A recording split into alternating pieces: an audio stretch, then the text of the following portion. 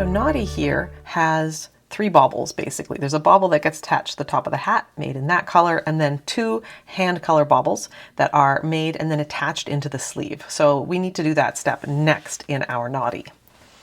So the bauble will have 2 ends on it, and it's going to be a little easier. It's going to be a little easier to work if both of these are the same length. So I'm just going to trim this one up.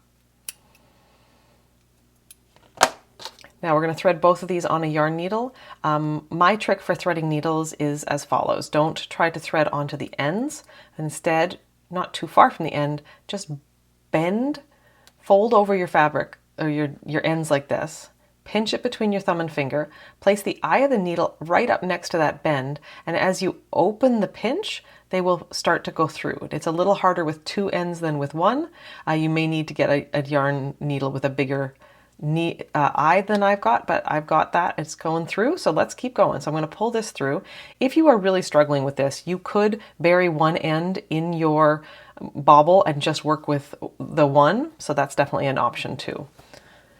All right, so what we need to do is we need to get this bauble lodged in this hand here. So we haven't sewn in the end of the cuff. We've left that open so that this acts almost like an unbuttoned cuff on a formal shirt.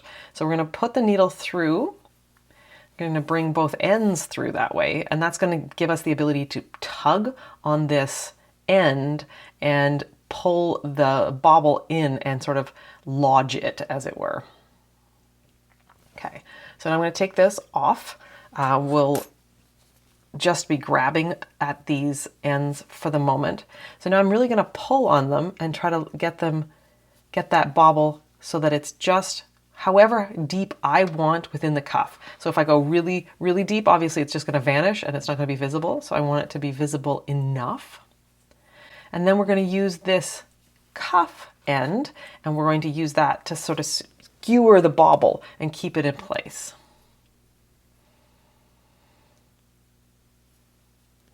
One thing you can do if you want is you can first sort of sew up the open bit of the cuff. So if I go across the gap there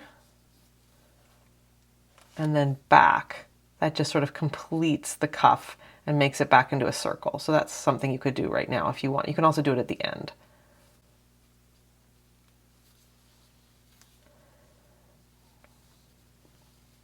And you can see by doing that, I've kind of circled that back up. All right, so now we're going to make an asterisk style pattern and we're going to go through, and I'm making sure that I'm going through the cuff, the bauble, and then the cuff again.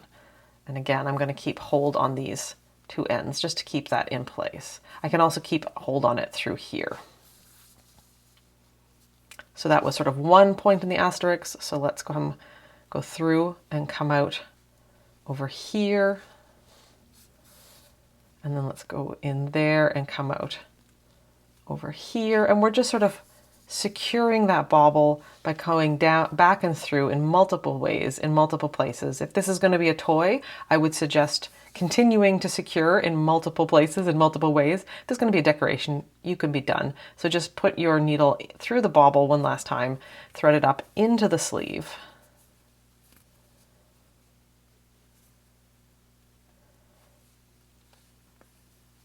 And then you can just pull it in. And all 3 of these ends can now be woven in. You can weave them in or you can leave them. They will just act like stuffing. The ends from the hand aren't going anywhere. They don't need to be woven in. It depends on how that makes you feel.